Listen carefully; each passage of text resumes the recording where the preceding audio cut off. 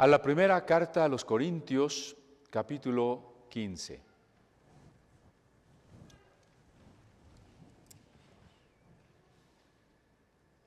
Primera carta a los Corintios, capítulo 15.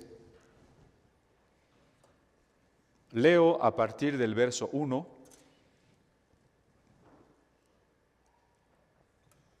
Ahora, hermanos, quiero recordarles el evangelio que les prediqué, el mismo que recibieron y en el cual se mantienen firmes. Mediante este evangelio son salvos, si se aferran a la palabra que les prediqué. De otro modo habrán creído en vano,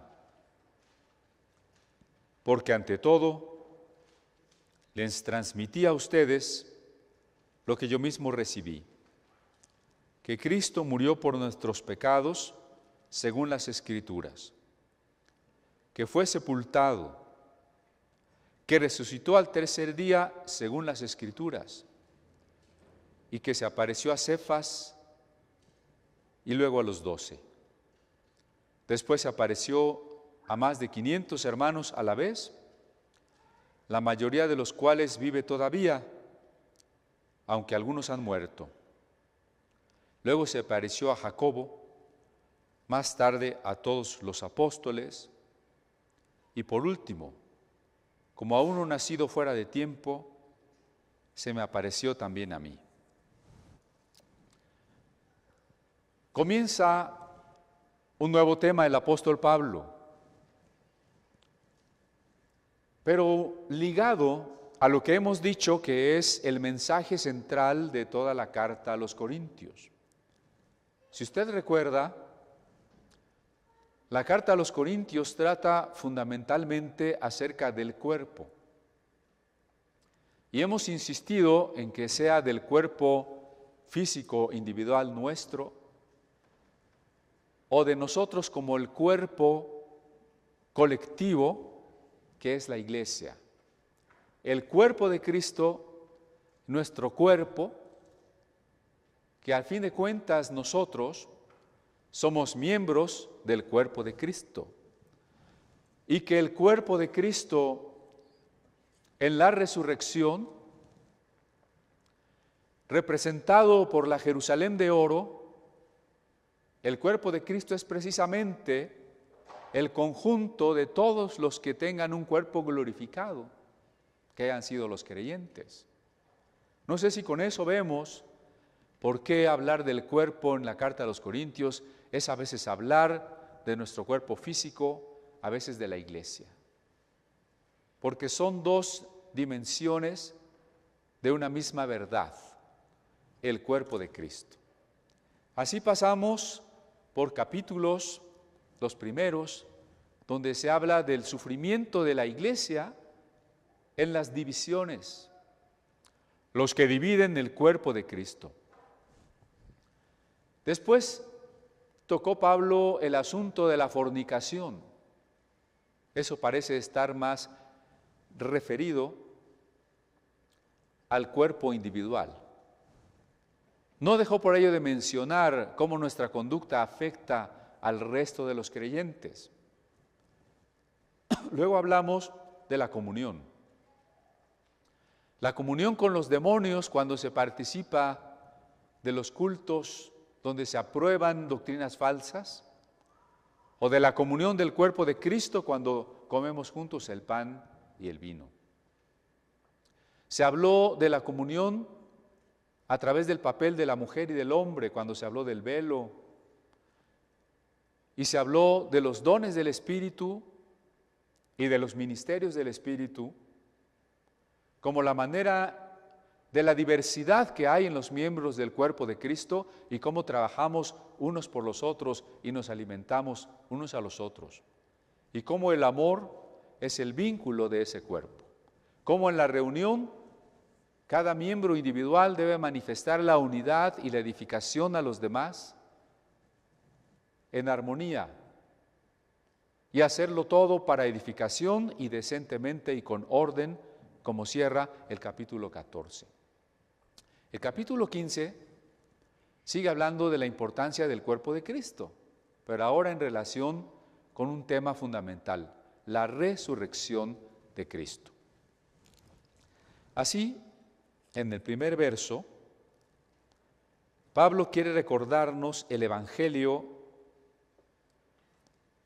que él nos predicó. Es importante recordar el evangelio. A veces parecería que es como tomar leche otra vez, recordar los fundamentos del evangelio. Pero a lo largo de estas pláticas de Corintios y cuando hemos hablado de la brujería cristiana y de la superstición de que los demonios están en cosas y todos esos ejemplos que hemos dado de los falsos apóstoles y de los falsos profetas, nos damos cuenta que no resulta vano recordar el evangelio, que hoy más que nunca se necesita una voz profética verdadera, esa voz que nos vuelva a subrayar y a indicar en qué consiste el evangelio de Cristo. Hemos ya dicho que frente a los mensajes de temas que le pueden agradar a la gente, como la prosperidad, la solución de los problemas, el éxito o la sanidad, se ha olvidado temas tan importantes como los del Sermón de la Montaña.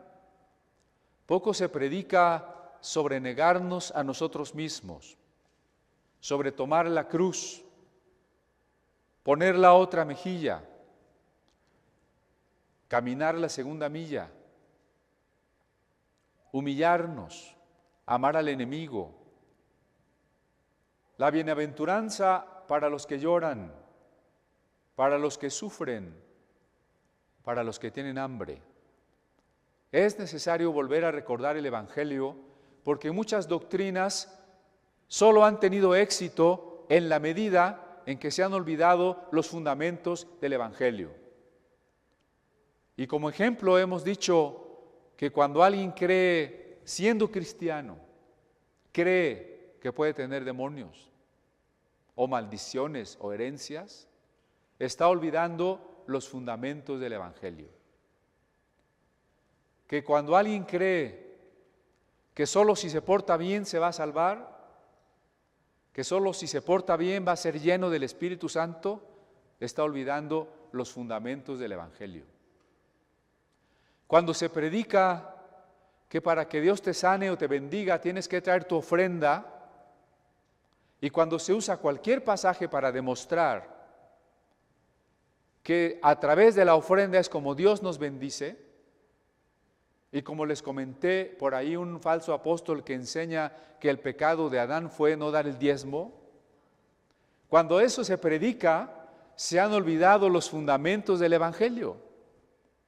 Por eso no resulta gratuito ni inútil que Pablo diga, tengo que recordarles el evangelio que yo les prediqué a ustedes. Y si ustedes permanecen en ese evangelio, si se mantienen firmes, van a ser salvados. Nos mandan saludos los hermanos de Tehuacán.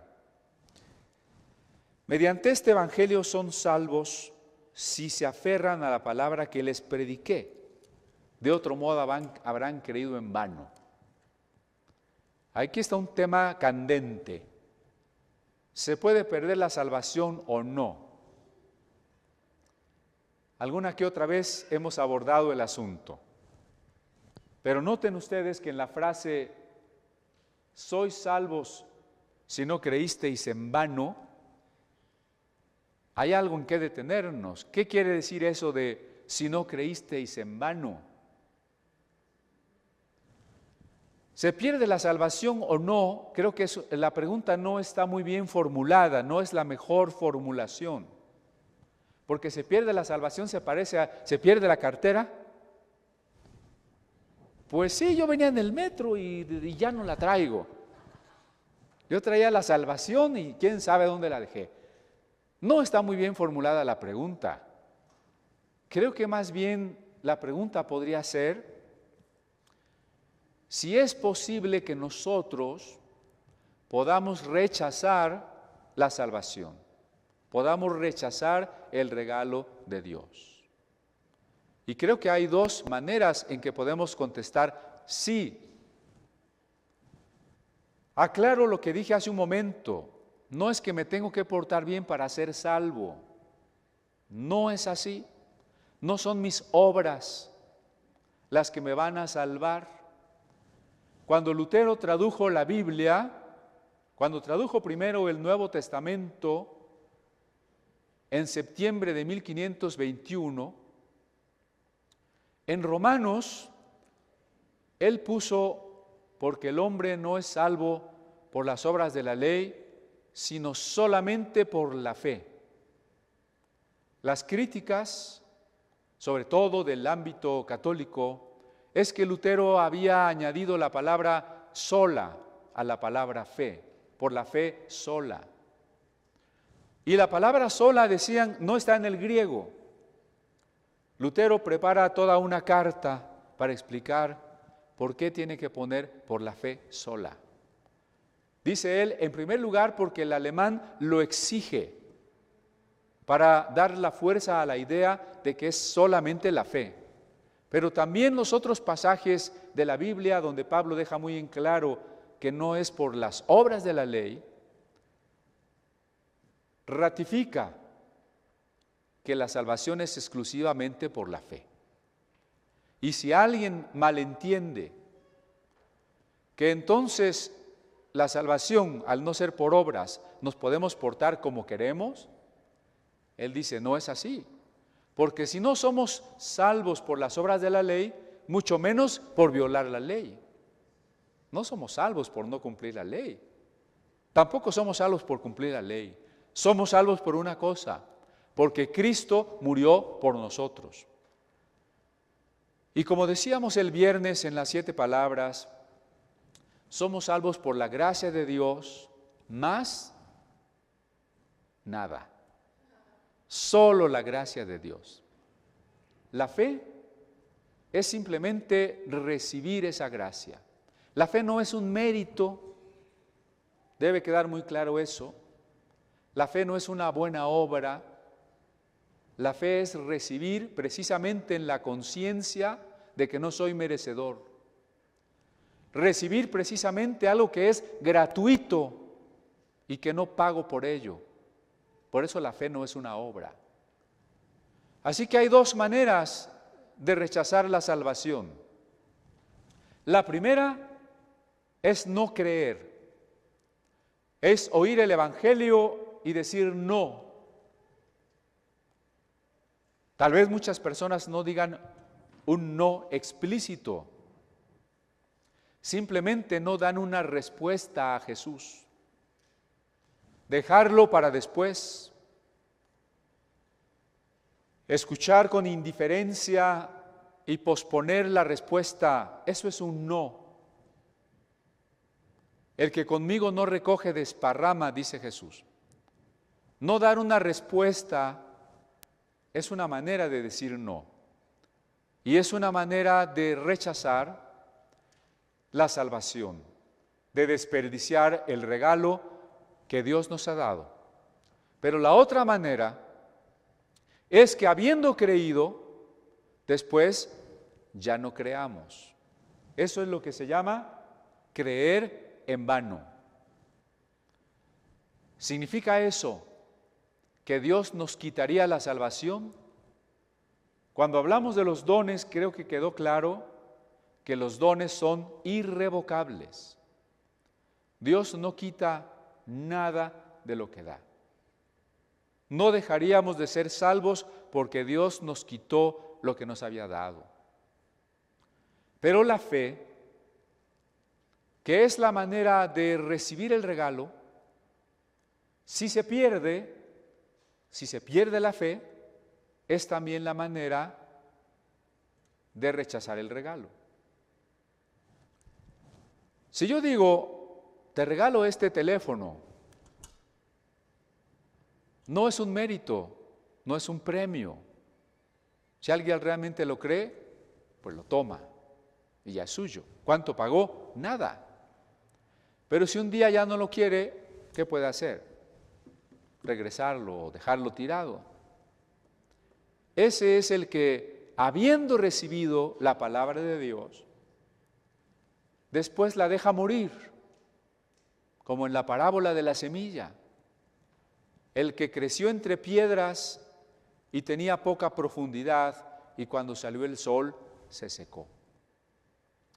El que creció entre espinas, que son los afanes de las riquezas y de esta vida, y ahogaron a la buena semilla. Es posible que alguien haya recibido la semilla y que la semilla haya germinado.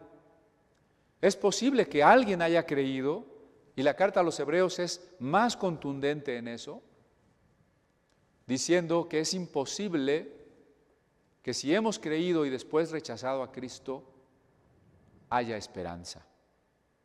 Ya no hay esperanza. ¿Cómo rechazar a Cristo? ¿Quién que ha recibido a Cristo rechazaría a Cristo? Alguien piensa que eso es imposible y entonces dice, es que nunca tuvo verdadera fe. El que rechaza a Cristo, el que deja de creer, es que nunca tuvo verdadera fe. Entonces, ¿cómo dejó de creer si nunca tuvo verdadera fe? Para dejar de creer hay que haber creído. Y lo que Pablo está diciendo aquí no es que esa persona no creyó nunca, sino que creyó en vano o que no se mantuvo firme, como dice el verso 1, en el cual también perseveráis. Y el 2, si retenéis la palabra, si retenéis la palabra. Porque es posible que habiendo oído la palabra y el evangelio correcto, después aceptemos las doctrinas falsas y nos desviemos. El caso de los Gálatas. Pablo les dice, si alguien les trae otro evangelio diferente del que os hemos anunciado, sea anatema. Y les dice, oh Gálatas insensatos, ¿quién os fascinó para no obedecer a la verdad? Los que por la ley os queréis justificar, de la gracia habéis caído. Ahí está otro ejemplo en Galacia. Un grupo de hermanos que comenzaron bien y que después se fueron a otro evangelio, que cayeron de la gracia. Si en la iglesia de Corinto había problemas de fraudes, divisiones, fornicación, idolatría, abuso de los dones, ahora hay otro problema también, y quizá tanto o más grave: las herejías, doctrinas falsas. Como lo veremos más adelante, incluso algunos negaban la resurrección y otros decían que la resurrección ya se había efectuado. El problema de las doctrinas falsas es que pueden terminar llevándonos a dejar de creer y a rechazar la salvación. Ahí está el regalo, ya no lo quiero. No lo diremos con esas palabras, pero miren, hay una joven que se fue de misionera a Israel y estando allá dejó de ser cristiana y ahora es judía. Hay un hermano que se fue de misionero a la India, al Tíbet, y ahora ya no cree en Cristo, ahora ya es tibetano. ¿Me explico? Puede uno creer en Cristo y después dejarse engañar, enredar en doctrinas diferentes y terminar diciendo, bueno, no es por la muerte de Cristo, es por cumplir los mandamientos. En ese momento hemos dejado de lado la fe. Bueno, sí es Cristo también, pero bueno, también Buda y también Mahoma. En ese momento hemos dejado de lado la fe. Y muchas otras doctrinas falsas. Al grado de empezar a predicar cosas que no están en la Biblia. Como veremos más adelantito, al final del verso 3, ¿qué dice? Conforme a las Escrituras. A la mitad del verso 4, ¿qué dice? Conforme a las Escrituras. Tenemos que creer conforme a las Escrituras, porque si no, la herejía nos va a llevar a abandonar, no a que Dios nos quite, a que nosotros abandonemos el regalo, a que nosotros mismos dejemos de creer y rechacemos la salvación. Por eso necesitamos estar creciendo en la doctrina sana, fortalecernos en el conocimiento de las Sagradas Escrituras.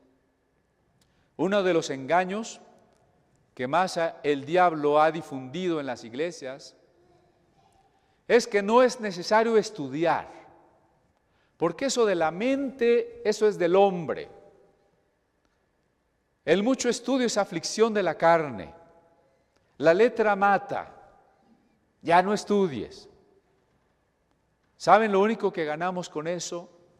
No conocer las Escrituras y quedarnos a expensas de que cualquier doctrina falsa nos lleve como el viento se lleva a las hojas secas y perdamos la fe.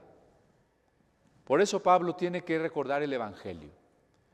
¿Y cuál es el punto central del Evangelio? Dice el verso 3, porque ante todo les transmití a ustedes lo que yo mismo recibí. Palabras análogas al relato de la cena del Señor, cuando dice yo les transmití lo que también recibí, que la noche que el Señor Jesús fue entregado, tomó el pan. Otra vez la frase, yo les transmití lo que he recibido. Esa es la tarea del predicador. Recibir de los predicadores que nos antecedieron, recibir de la Sagrada Escritura, recibir del Espíritu Santo y transmitir. Y como dirá Pablo a Timoteo, esto que has oído de mí, le dice Pablo, esto que has oído de mí, encárgalo a hombres fieles, que sean idóneos para enseñar a otros. Transmisión. De lo contrario, el cristianismo habría desaparecido. ¿Y qué es lo que estamos transmitiendo? Hay cosas fundamentales. Que Cristo murió por nuestros pecados, conforme a las Escrituras. Cristo murió por una razón. Cualquiera que piensa que sus obras le ayudan a llegar al cielo, está negando que Cristo murió por nuestros pecados. Cualquiera que no ha podido aceptar el perdón de Dios en la certeza de estar absolutamente perdonado, es que no ha entendido que Cristo murió por nuestros pecados y que fue sepultado y que resucitó al tercer día. Y todo el capítulo 15 se va a dedicar a este último punto, que Cristo Jesús resucitó al tercer día. Recuerden ustedes que cuando hablamos de que Jesús resucitó, estamos diciendo que resucitó en cuerpo. Frecuentemente las personas, al oír de la resurrección de Cristo, dicen, bueno, sí, una resurrección espiritual. Es muy difícil aceptar que estos huesos, esta carne, estos ojos, estas manos, después de podrirse en la tumba, pueden resucitar. Pues cuando hablamos de la resurrección de Jesús, estamos hablando de la resurrección de su cuerpo, no de su espíritu. Porque en primer lugar, antes de decir resucitó, dice fue sepultado. ¿En qué fue sepultado? ¿En espíritu o en cuerpo? en cuerpo, y murió por nuestros pecados, clavado en la cruz. ¿Qué fue clavado en la cruz? ¿Su espíritu o su cuerpo? Su cuerpo. Entonces, si Jesús murió en la cruz, en su cuerpo, y Jesús fue sepultado en su cuerpo, ¿qué tendría que haber salido de la tumba vivo? ¿Su espíritu o su cuerpo? Su cuerpo. Solo puede resucitar lo que estaba muerto. El espíritu de Jesús no murió, murió su cuerpo. Solo puede resucitar su cuerpo. La resurrección de Cristo es absolutamente corporal. Cuando platicaba yo con las personas de la corriente que se llama Cuarto Camino, ellos siempre querían entender los milagros de Cristo y especialmente la resurrección como algo simbólico, como una especie de relato que tenía una verdad espiritual detrás, pero que no era literal. La resurrección de Cristo es literal. Por allá en la adolescencia, me llamaron unos hermanos y me dijeron: los testigos de Jehová están visitando a la familia fulana y pues ya casi los convencen. Les digo, bueno, pues vamos a visitarlos. Y llegamos precisamente el día que iba a llegar el Señor de los testigos de Jehová. Y la duda central era si Cristo había resucitado en cuerpo o no. Yo le dije a algunos jóvenes que me acompañaran, ustedes van a discutir. Y entonces ellos comenzaron a discutir con esa persona y por ahí se estaba atorando la discusión. Esta persona afirmaba que Cristo no pudo resucitar en cuerpo porque en Corintios 15 dice efectivamente, carne y sangre no pueden heredar el reino de Dios. Si carne y sangre no pueden heredar el reino de Dios, entonces, como Jesús va a vivir nuevamente en el reino de Dios con carne y sangre, entonces no pudo resucitar en cuerpo, era su afirmación. Y entonces ellos le preguntaron, pero entonces cuando se apareció, bueno, es que se materializaba. Y después cuando no se aparecía, pues se desintegraba. Ya parecía más una película de ciencia ficción, ¿no? Bueno, al final yo tomé la palabra y le dije, ¿por qué no leemos Lucas 24? ¿Recuerdan ese pasaje? Donde los discípulos están reunidos y Jesús se aparece en medio de ellos.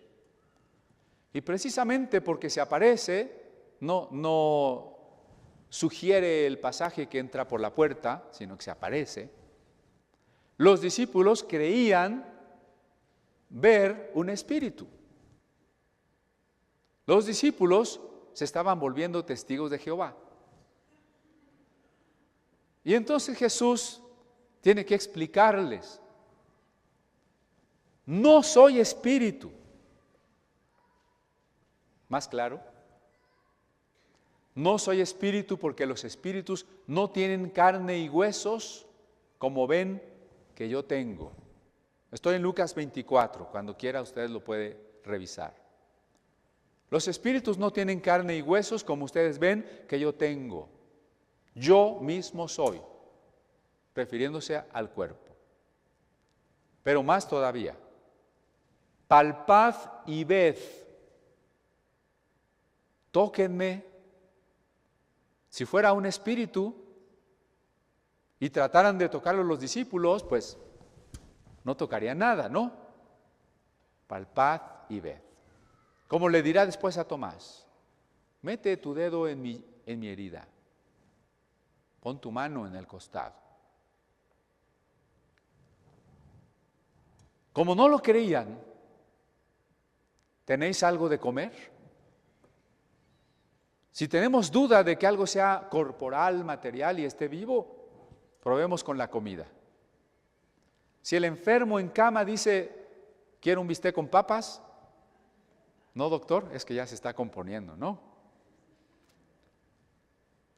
Dicen que los cristianos no fuman, no toman, pero ¿cómo comen? ¿tenéis algo de comer? Y le dieron pan.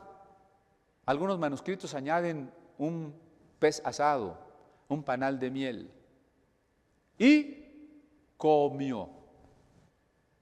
¿Qué más prueba que decir, tengo carne y huesos, tóquenme y comer? ¿Qué más prueba que eso? Que Jesús resucitó en cuerpo. Después de eso no volvieron más aquellas personas a esa casa, ¿no? ¿Por qué debe quedar claro que Jesús resucitó en cuerpo? Estaremos viendo la razón de por qué tuvo que haber sido en cuerpo, pero yo quiero detenerme hoy en otra cosa. Quiero que nos pongamos por un momento en el conflicto que sufre Jesús frente a la muerte. Y comprendamos que Jesús no se resucitó solo. Jesús no estaba muerto y dijo, bueno, ya me cansé de estar aquí muerto, ya voy a tomar la vida y voy a resucitarme victorioso. Jesús no se resucitó a sí mismo. Romanos 8, verso 11, dice lo siguiente: si el espíritu de aquel que levantó a Cristo de los muertos mora en vosotros, vivificará vuestros cuerpos mortales por su espíritu que mora en vosotros. Ese es un texto trinitario, ¿no? Romanos 8, 11.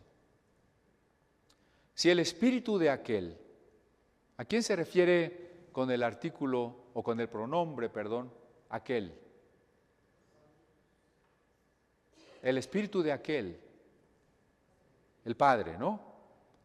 Si el espíritu del Padre levantó a Cristo de los muertos. En otras palabras, el Padre a través del Espíritu Santo vivificó el cuerpo mortal de Cristo para que se convirtiera, para que volviera a vivir y se convirtiera en un cuerpo inmortal. Texto trinitario. Ahí está el Hijo, sometido a la muerte, el Espíritu de Dios vivificando su cuerpo por el decreto del Padre. Queda claro que Cristo no se resucitó solo, que el Padre lo resucitó. Esto nos tiene que llevar a pensar que antes de la resurrección vino la humillación. Y esto nos remite a Filipenses capítulo 2, a partir del verso 6, cuando Pablo dice que Cristo, siendo en forma de Dios, no tuvo por usurpación ser igual a Dios, sino que se despojó. El término griego para despojarse es kenosis. Por eso se llama la doctrina de la kenosis de Cristo. Cristo se despojó, se anonadó. Tenemos que pensar en varias cosas, porque entonces la cristología es muy complicada. La teología de Cristo dio precisamente pie a las controversias trinitarias del Concilio de Nicea. El tema central era ¿quién es Cristo? ¿De qué manera Cristo es Dios? Para comprender mejor la obra de Cristo tenemos que pensar en la persona de Cristo. En primer lugar, Cristo es Dios, pero no es el Padre, es el Hijo del Padre. Habiendo no más que un Dios, un solo Dios, y si ese Dios es Padre y al mismo tiempo es Hijo, y al mismo tiempo es un Espíritu que es enviado, tenemos entonces la doctrina de la Trinidad. Dios es Padre, el único Dios es Hijo y el único Dios es Espíritu Santo. 3 personas, 3 voluntades, pero un solo Dios, una misma y única esencia de eternidad, de omnipotencia, de inmutabilidad. Cristo entonces, en primer lugar, es la segunda persona de la Trinidad, el Hijo del Padre, y por tanto, eterno, glorioso, omnipotente, Él mismo por los siglos de los siglos, sin cambio ni sombra de variación. Pues ese Cristo que tiene esa gloria infinita, así imagínensela, infinita, empieza a reducirse, hasta convertirse en un niño, en el vientre de María, y nacer en un establo. Es el mismo Cristo, el mismo Dios Hijo, la misma imagen del Padre, pero despojándose de la gloria, dejándola pendiente en el cielo, si se quiere decir así, anonadándose, reduciéndose a lo humano y viviendo en las condiciones de lo humano. ¿Cuáles son las condiciones de lo humano? Que no somos eternos, tuvimos que nacer y vamos a morir. Que estamos en un tiempo, en un lugar, con nuestros límites, con nuestras fallas, nuestras debilidades, nuestras tentaciones, nuestra imposibilidad de conocer la voluntad de Dios. A todas esas condiciones, Cristo se está reduciendo cuando se vuelve hombre. Ahí está un primer momento de su anonadamiento, hacerse hombre. Y no se hizo hombre famoso, glorioso y poderoso, sino se hizo hombre siervo. No he venido para ser servido, sino para servir, dijo Jesús. Lo vemos entonces naciendo de padres pobres, viviendo como carpintero, sin títulos académicos, sin premios internacionales, sin viajes al extranjero. No es parte del sacerdocio, ni de los funcionarios romanos, ni del Sanedrín. No tiene Cristo humano ninguna importancia social y política en su momento. No es más que un carpintero de la zona más pobre y fanática de Palestina, la Galilea. Se ha convertido en un siervo. Y hallado en la condición de siervo, de hombre siervo, continuará el despojo de sí mismo, haciéndose obediente hasta la muerte y muerte de cruz. Segunda parte de su anonadamiento, hacerse obediente hasta la muerte y muerte de cruz. Tenía que aprender la obediencia en el sufrimiento y obedecer al Padre en el amor hasta lo último, hasta la muerte misma. Y sufrir.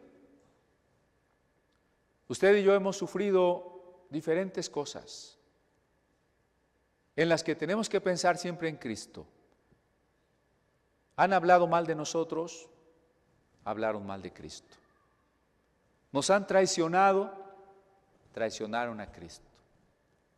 Se han burlado de nosotros, nos han llamado hijos del diablo, así le llamaron a Cristo. Nos han abofeteado, nos han golpeado, nos han agredido, eso hicieron a Cristo. Entonces Dios mismo, en la persona del Hijo, había entrado en la gran paradoja que ya conocemos, cuando decimos que el Creador se había hecho criatura, que el que está más allá del tiempo y creó al tiempo, se había sometido al tiempo, que el que era infinito se había hecho finito, que el que es 3 veces santo sería hecho pecado. Y con ello Dios mismo estuvo dispuesto a gustar la muerte. Estuvo dispuesto a ser clavado en la cruz y lo que ello conlleva, morir. El inmortal tendría que morir. El que vive por los siglos de los siglos estaba ahí sujeto a que unos hombres finitos, pecadores, débiles e impotentes lo mataran a él, el creador del universo. Y estuvo dispuesto a ser llevado a una tumba y comenzar el proceso de descomposición de su cuerpo. A todo eso estuvo dispuesto Cristo. A eso estuvo dispuesto Dios. Por eso decíamos también el viernes, vamos a tener que alabar al Señor y darle gracias por la eternidad, sin terminar de comprender la grandeza de estas cosas. Pero si Cristo estaba sujeto a las condiciones humanas, cuando Cristo estaba orando en el huerto de Getsemaní, o cuando Cristo iba camino a Jerusalén y sabía que lo iban a matar, o cuando Cristo estaba ya clavado en la cruz, en cualquiera de esos momentos, mi pregunta es, ¿Jesús sabía que iba a resucitar? ¿Jesús sabía que iba a resucitar? Podemos responder sí y podemos responder no. Sí lo sabía y no lo sabía.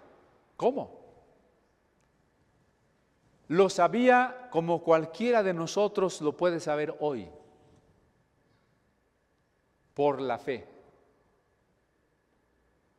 Pero Jesús no lo sabía como lo sabe quien ya vivió la historia y ya vio la película y ya sabe que así termina. Como les dije en alguna ocasión, Jesús no había visto la película Rey de Reyes o cualquiera de esas. ¿Me explico? Jesús sabía en su humanidad que tenía que resucitar, pero ese es un saber como el que cualquiera de nosotros puede tener. Dice en el texto que leímos, y que resucitó conforme a las Escrituras. ¿Cómo sabía Cristo que tenía que resucitar? ¿Quién se lo dijo? ¿Acaso el Padre vino con una voz audible y le dijo, vas a morir y te voy a resucitar? Así hubiera sido fácil. ¿Quién le dijo a Jesús que tenía que resucitar? Las Escrituras. Conforme a las Escrituras. ¿Cuáles Escrituras? El Nuevo Testamento no existía. Cuando Cristo iba a morir, el Nuevo Testamento no existía. Entonces las Escrituras del Antiguo. ¿Cuáles Escrituras del Antiguo dicen que Cristo tendría que resucitar? A ver, si lo encuentran, me lo leen.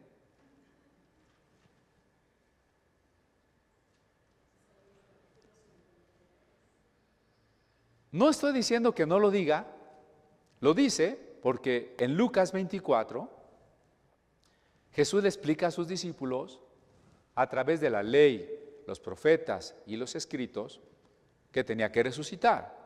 O sea, de que está. Pero lo que quiero subrayar, hacer conciencia en este momento, es que no está claro. No está claro que el Mesías tenía que resucitar, porque ni siquiera está claro que tenía que morir. Todos los contemporáneos de Jesús estaban ciertos que el Mesías iba a ser poderoso e iba a dominar el mundo, no que tenía que morir. Es poco claro que el Mesías tenía que morir, pero es todavía menos claro que tenía que resucitar. Fíjense, es tan poco claro que los saduceos, contemporáneos de Jesús, negaban la resurrección. y creían en la Torá, en la ley de Moisés. Porque la resurrección no está clara. Cuando Pablo dice, resucitó conforme a las Escrituras, tenemos ahí un principio hermenéutico que podemos llamar a posteriori. Es decir, el hecho ya sucedió y ahora es más fácil que encontremos en la Escritura la profecía y la explicación de que tenía que suceder. La mayoría de profecías se han entendido a posteriori. El problema con Cristo es que Cristo tenía que haber entendido en la Escritura que iba a resucitar antes de morir y antes de resucitar. Y que al entenderlo así, es muy probable que lo entendía de manera diferente a todos los maestros de la ley de su época, lo cual hace más difícil que podamos estar ciertos de lo que creemos. Me refiero a él. Si yo soy el único que dice que en este pasaje significa tal cosa y nadie más lo ve, ¿estoy en lo correcto? Si yo estoy dispuesto a morir porque creo que el Padre me va a resucitar, ¿y qué tal si estoy equivocado, interpreté mal y el Padre no me va a resucitar? Usted me ve con cara de, ¿qué está diciendo? Si Cristo era humano, Cristo tuvo que haber tenido dudas. Si Cristo fue tentado en todo, acuérdense que el diablo no quería que Cristo fuera a la cruz. Yo vi por ahí un cuentito de esos de dibujitos, ¿no? Donde los demonios están allí empujando a la gente para que quieran crucificar a Cristo. Creo que el diablo no es tan tonto, porque él sabía que si Cristo obedecía hasta la muerte, el diablo estaba vencido, ¿no? Por eso se acuerdan cuando le dijo a Pedro, apártate de mí, Satanás, porque era el diablo el que le estaba diciendo a Pedro, dile a Jesús que no vaya a morir. El diablo no quería que Jesús muriera. Por eso yo puedo imaginarme al diablo en el huerto de Getsemaní diciéndole a Jesús, no mueras, ese no es el camino de Dios. Y podemos ver al diablo asusando a las personas que están cerca de la cruz, a los soldados y a los ladrones, para escarnecer a Cristo y decirle, bájate de la cruz. Si eres el Salvador, sálvate. Ahí está Cristo todavía siendo tentado. ¿Realmente el Padre me va a resucitar? Tendría que haberse preguntado Jesús. ¿Qué tan seguro es que el Padre me va a resucitar? Porque hasta ese momento nadie había resucitado con un cuerpo inmortal. Entre más lo pensamos, el sentido común, y hoy diríamos incluso la ciencia, estaría en contra de suponer que alguien pueda resucitar con un cuerpo inmortal. Hermanos médicos, ¿cuántos cadáveres han visto? ¿Cuántos cadáveres han visto que se levanten y vuelvan a vivir para no volverse a morir jamás? Ninguno. Y desde ciertas corrientes filosóficas bastante escépticas se diría, si eso es algo que nunca ha ocurrido, no tiene sentido hablar de eso. Notamos que se requería que Jesús verdaderamente creyera en su Padre. No como Dios, porque Jesús dejó sus poderes divinos pendientes, ¿se acuerdan? Como hombre, Jesús tenía que haberse enfrentado a la fe en las Escrituras de que el Padre verdaderamente lo iba a resucitar. No porque Jesús supiera el final, no porque Jesús tuviera una especie de certeza sobrenatural, porque si nosotros sabemos el final de una cosa, entonces esa situación pierde toda seriedad y toda profundidad. Piense, por ejemplo, en Abraham. Dios le dice, sacrifícame a tu hijo. Terrible mandamiento, horrorosa exigencia, que nos haría temblar si Dios nos la pidiera a nosotros. Si realmente ponderamos lo que significa, sacrifícame a tu hijo, córtale el cuello, quémalo hasta que se vuelva cenizas. Y a pesar de lo espantoso de la orden, muy de mañana,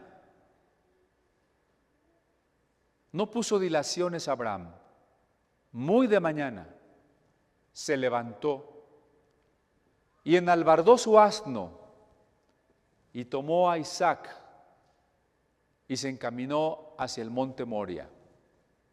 3 días de camino, como los 3 días que estuvo Cristo en la tumba. ¿Cuáles no deben haber sido esos días de agonía y tristeza, caminando con tu hijo a tu lado, mientras él de manera inocente juega y corretea y te platica, y tú sabes que vas a matarlo? Y cuando llegas a la ladera de la montaña y comienza el ascenso, y el niño, al mirarte a los ojos, te pregunta, aquí está el cuchillo, aquí está el fuego, aquí cargo la leña, como el hijo cargó la cruz. Pero ¿dónde está el cordero? El corazón de Abraham tiene que haberse encogido, pero no le dijo nada. Abraham cayó. Y cuando llegaron a la cima del monte, imagínense la angustia y la tristeza mientras se recogen las piedras para construir el altar. Y luego llega el momento de decirle al hijo, tú eres el sacrificio, y atarle las manos y acostarlo sobre las piedras y encender la leña y tomar el cuchillo en la mano y retraer su cabeza para cortar el cuello.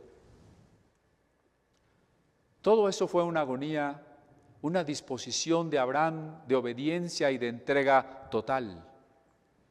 Pero toda esta seriedad, toda esta profundidad de la experiencia se habría perdido si Abraham hubiera sabido el final. Oye, Isaac, fíjate que Dios me dijo que te sacrifique. Vamos a ir al monte, pero cuando lleguemos allá y cuando ya te vaya a matar, Dios me va a detener, no te voy a matar. Entonces, hubiera sido un picnic, un día de campo. Isaac, tráete los sándwiches. Vamos a hacer como que te mato, pero no te mato. ¿Sí ven que saber el final de algo deshace todo el proceso? Es en ese mismo sentido que Cristo no sabía que tenía que resucitar. Porque si lo sabía en esa forma divina, no tendría ningún sentido que hubiese tenido fe, que hubiese estado dispuesto a obedecer y a gustar la muerte. Bueno, sí, pues total, ahorita un dolorcito, ya 3 días que ni voy a darme cuenta y luego ya. No. Cristo tuvo que haber vivido lo que vivió Isaac o lo que vivió Abraham. La agonía, la esperanza, la necesidad de creer. Por eso alguna vez les dije con respecto a la historia de Jonás, que si tomamos como literal la historia de Jonás, no hemos de imaginar que se lo tragó una ballena, como en el cuento de Pinocho. ¿Quién ha visto la película de Pinocho? A ver, sobre todo los niños. ¿Sí? La ballena se traga a Pinocho y resulta que ahí enterito está su papá, ¿no? Están vivos. Está hasta la pececita y el gato y la lámpara y todo está muy bien. Y cuando salen de la ballena, pues todo está bien también.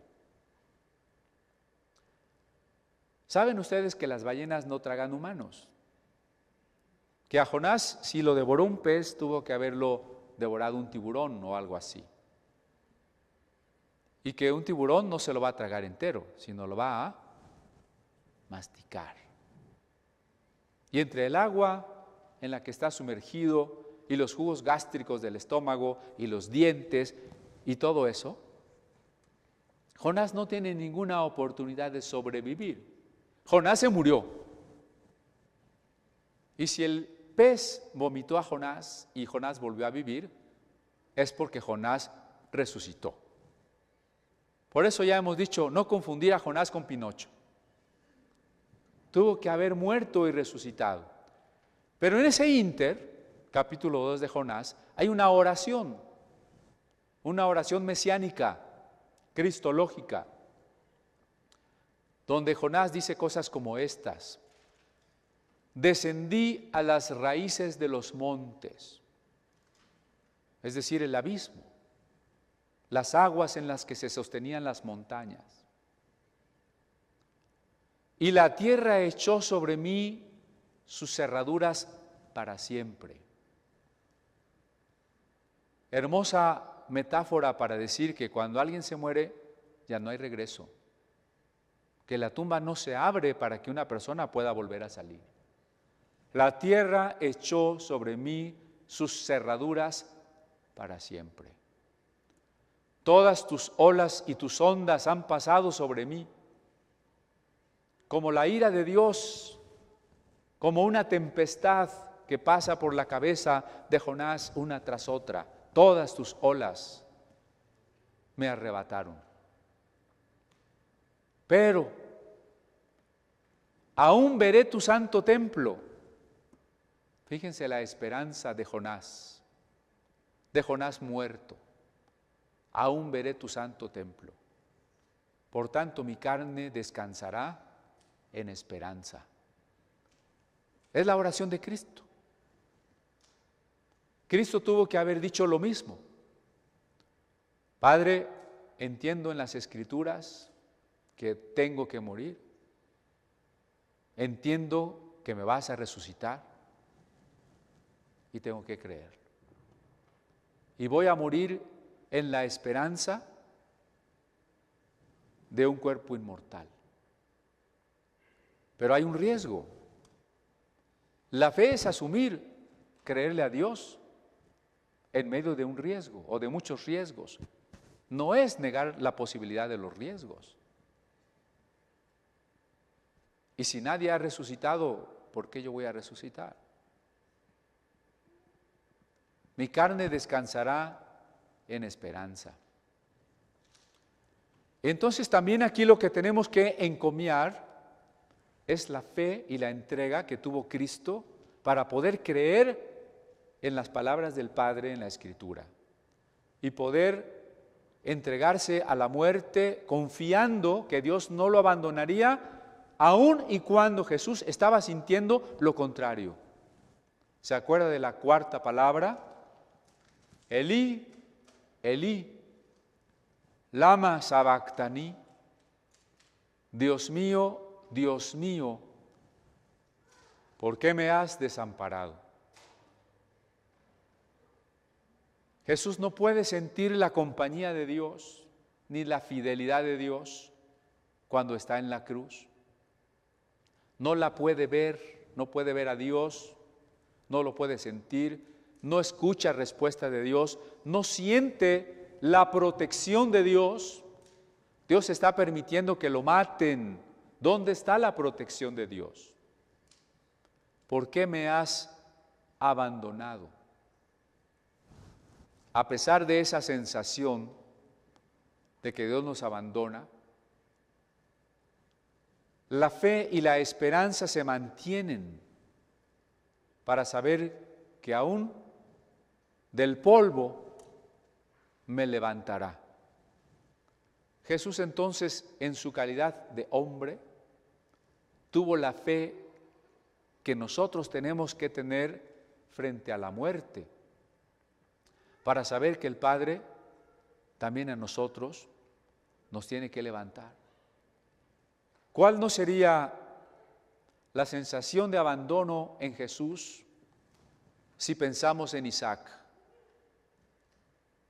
Acostumbrado a que su padre lo ama y lo consiente y le proporciona todas las cosas.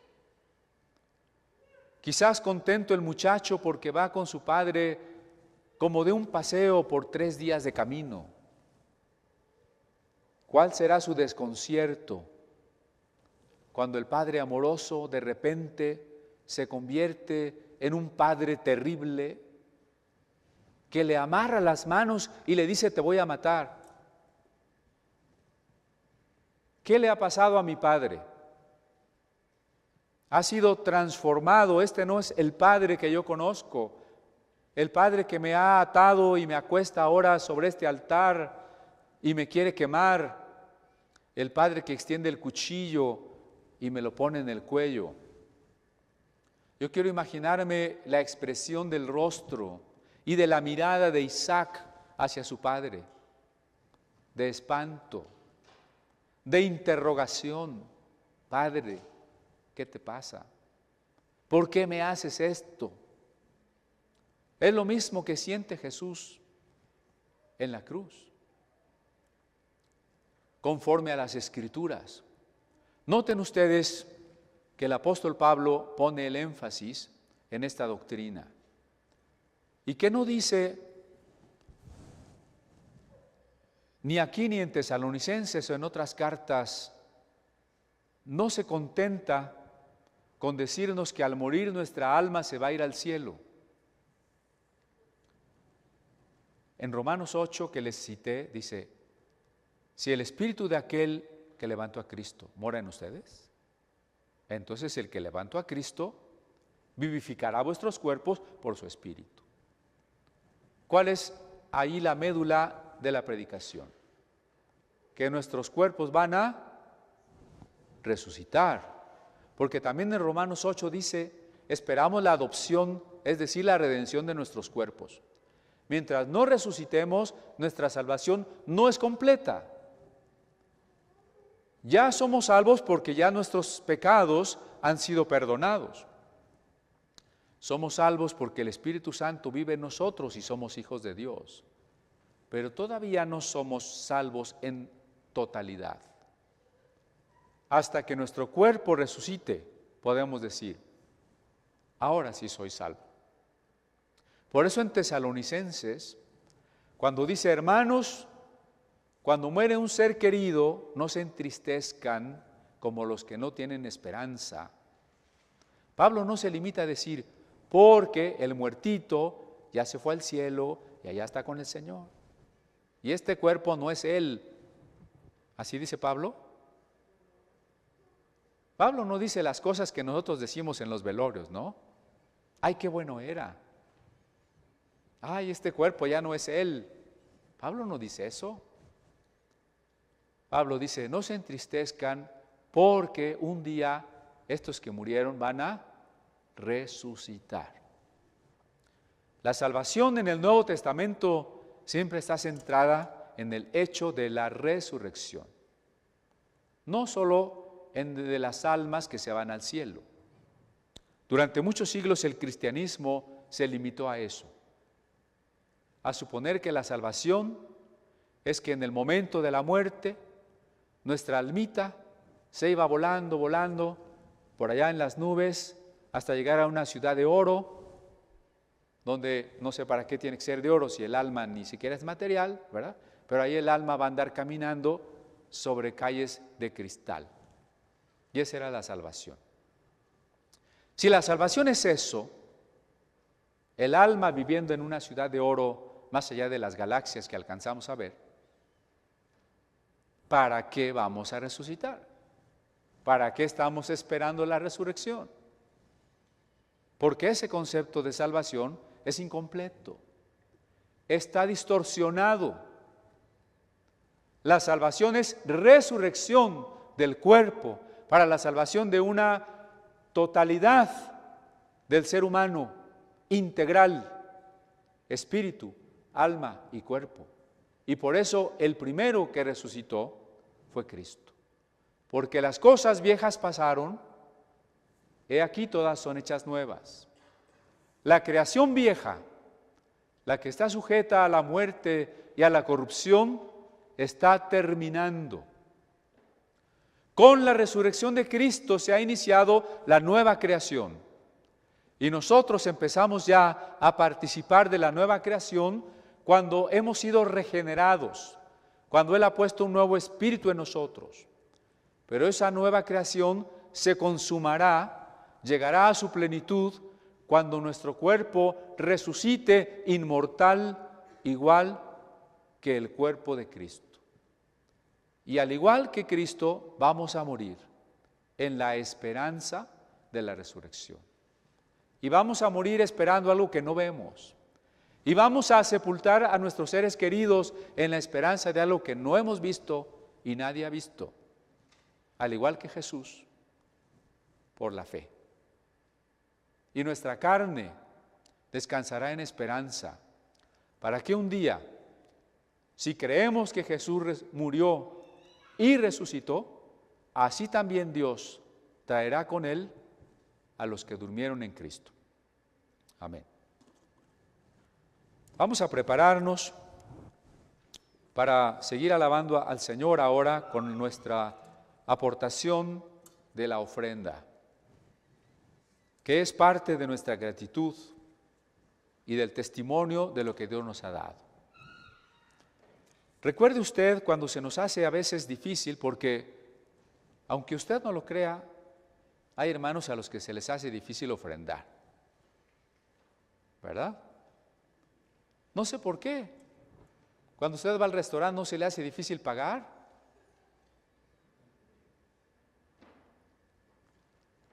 Pero ya les he contado la anécdota de un joven que le decía al pastor: oiga, pastor, ¿cómo puedo hacer para ya no tener que diezmar? Porque mi diezmo es mucho. Ah, pues mira, muy sencillo. Pídele a Dios que ya no ganes mucho, que ganes poquito para que tu diezmo sea poquito. ¿Verdad? Eso es bueno para el que se le hace difícil ofrendar, porque damos de lo que Dios nos ha dado, nada más. Y esa es nuestra gratitud.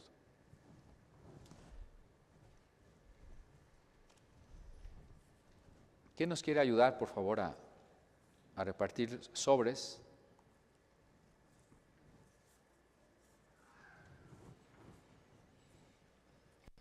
Sobres y formatos de información para la Biblia que estamos comprando.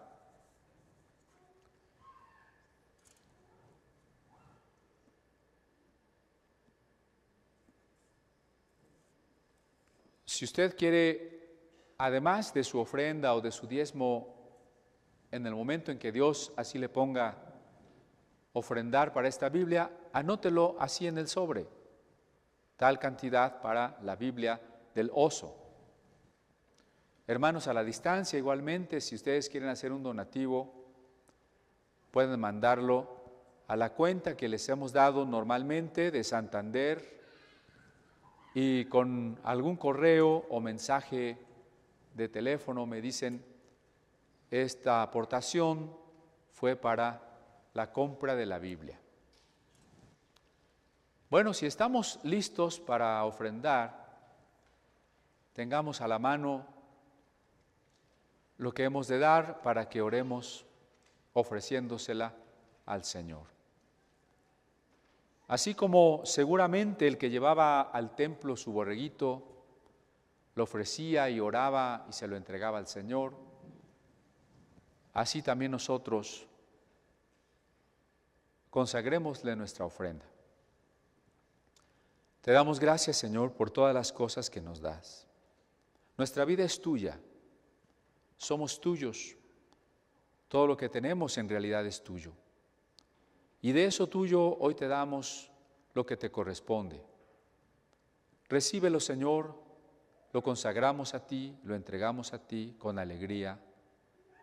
Y a la vez te pedimos que nos sostengas en nuestras necesidades, proveyéndonos lo que requerimos. Sabemos que no nos dejas, que no debemos afanarnos por el día de mañana, porque estás con nosotros. Gracias por todo lo que nos das. Ayúdanos a ser generosos con el que no tiene, a compartir de lo que nos das con los que tienen necesidades. En el nombre de Jesús. Amén.